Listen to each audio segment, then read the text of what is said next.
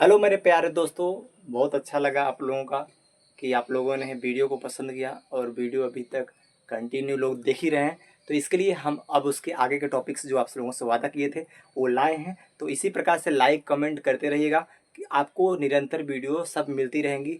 पूरे लेक्चर आपको अच्छे से मिलेंगे, इस हमारा आपसे वादा रहा। तो आइए, अगर हम आपको देखते हैं भैया कि हम कल पढ़ा रहे थे आप लोगों को 11th का फिजिक्स, जो 11th का फिजिक्स था जिसमें टॉपिक चला था। आपका टॉपिक क्या था भैया? न्यूटन के गति विषय का नियम। न्यूटन के गति विषय के नियम में जिसमें हमने काफ़ी चीज़ों को समझ लिया था। अब यहाँ पे अब अगला हेडिंग क्या बोलता है भैया? अरस्तु की भ्रामकता और गैलीलियो का प्रयोग। आज के वीडियो में हम आपको बताएंगे अरस्तु की भ्रामकता और गैलीलियो का प्रयोग। अब यानी थोड़ा थोड़ा चीज़ों को आप समझते चलेंगे और इसी प्रकार से हम सभी सिलेबस को पूरे कवर करेंगे। और ध्यान दीजिए, आइए देखते हैं अरस्तु का भ्रामकता। तो अरस्तु की भ्रामकता क्या थी भैया? अरस्तु, देखो, आपने अरिस्टोटल का नाम जाना होगा पहले से ही। तो अरस्तु की भ्रामकता ये थी, अरस्तु कह रहे थे कि अगर कोई भी वस्तु कौन सी अवस्था में भैया? गतिमान हो, या कोई भी वस्तु विरामावस्था में हो। विरामावस्था में हो तो कहने थे अगर कोई भी वस्तु गतिमान है, उसको एक निरंतर गति बनाए रखने के लिए कोई बाह्य बल की आवश्यकता नहीं होती है। और विरामावस्था में अगर कोई भी वस्तु है तो सदैव उसी अवस्था में रहेगी। उनका कहना यह था, अगर मान लीजिए ऐसा हो तो एक पैंडल अगर आपने साइकिल का मारा तो दूसरा आप सीधा आप कहाँ पहुंचेंगे? घर पे। और एक बात याद रखिएगा, जब घर पे पहुंचेंगे तो ब्रेक भी काम नहीं करेगा, हट मम्मी दीवार कहाँ बार ठोक देंगे ये जाके। ये थी अरस्तु की भ्रामकता। तो यानी कि इनका कहने का मतलब था, अगर कोई भी पिंड गतिमान रहना चाहती है तो उसको निरंतर बल की आवश्यकता नहीं पड़ती है, वो सदैव गतिमान रह सकती है। और जो वस्तु विरामावस्था में वो सदैव उसी अवस्था में रहेगी। ये उनकी भ्रामकता थी। ये कई सालों तक इनकी बातें। अच्छा तब लागू हो सकता है जब गुरुत्वाकर्षण वगैरह काम ना करे। लेकिन अब बात करते हैं गैलीलियो का प्रयोग।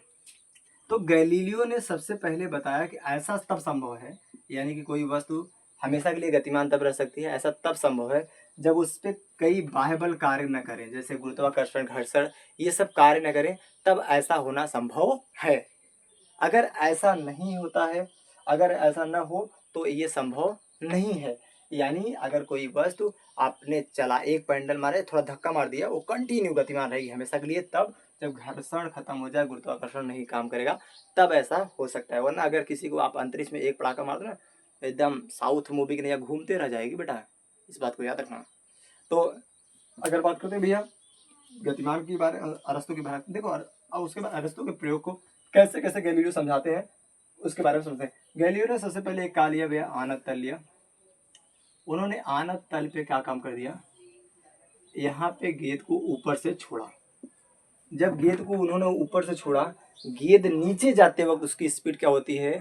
बढ़ जाती है। फर्स्ट कंडीशन उन्होंने देखा कि जब कभी भी किसी आनत तल पर, आनत तल ऐसा कहता है भैया, जब किसी भी आनत तल पे हम ऊपर से गेंद को छोड़ते हैं, बल नहीं लगाते भारी, छोड़ते हैं, तो नीचे आते वक्त उसकी क्या होती है? चाल बढ़ जाती है। क्या बढ़ जाती है भैया? उसकी चाल बढ़ जाती है। एक बात याद रखना भैया, जब किसी भी आनत तल पे आप गेंद को छोड़ते हैं, वो गैलीलियो कह रहे थे, उसकी चाल क्या होती है? बढ़ जाती है। यही कंडीशन अगर मान लीजिए आनत तल कुछ ऐसा हुआ, अगर हम क्या करते हैं आनत तल पे नीचे से अगर ऊपर को भेजते हैं, नीचे से अगर ऊपर बॉल की छोड़ते हैं, तो उस कंडीशन में इसकी चाल क्या होती है? घट जाती है। क्या होती है भैया?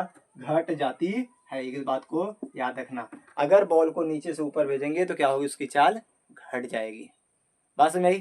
तो अगर अगर दूसरा उनका थर्ड प्रयोग क्या था भैया? अगर किसी, मान लीजिए हम किसी क्षैतिज तल पर रखते हैं, क्या करते हैं भैया? किसी क्षैतिज, ये देखिए आपका ये क्षैतिज तल हो गया। यहाँ पे अगर कोई बॉल को रखते हैं, ध्यान से देखती रहिए। आज अगर यहाँ पे कोई बॉल रखते हैं तो बॉल क्या होगी भैया? एक समान स्थिर बनी रहेगी। बस नहीं, एक समान स्थिर बनी रहेगी, क्योंकि याद रखिएगा भैया, यहाँ पे किसी प्रकार का बाह्य बल वगैरह आरोपित नहीं होगा पूरी तरह से। तो इसके बारे में आप आगे वीडियो में डिटेल पढ़ेंगे।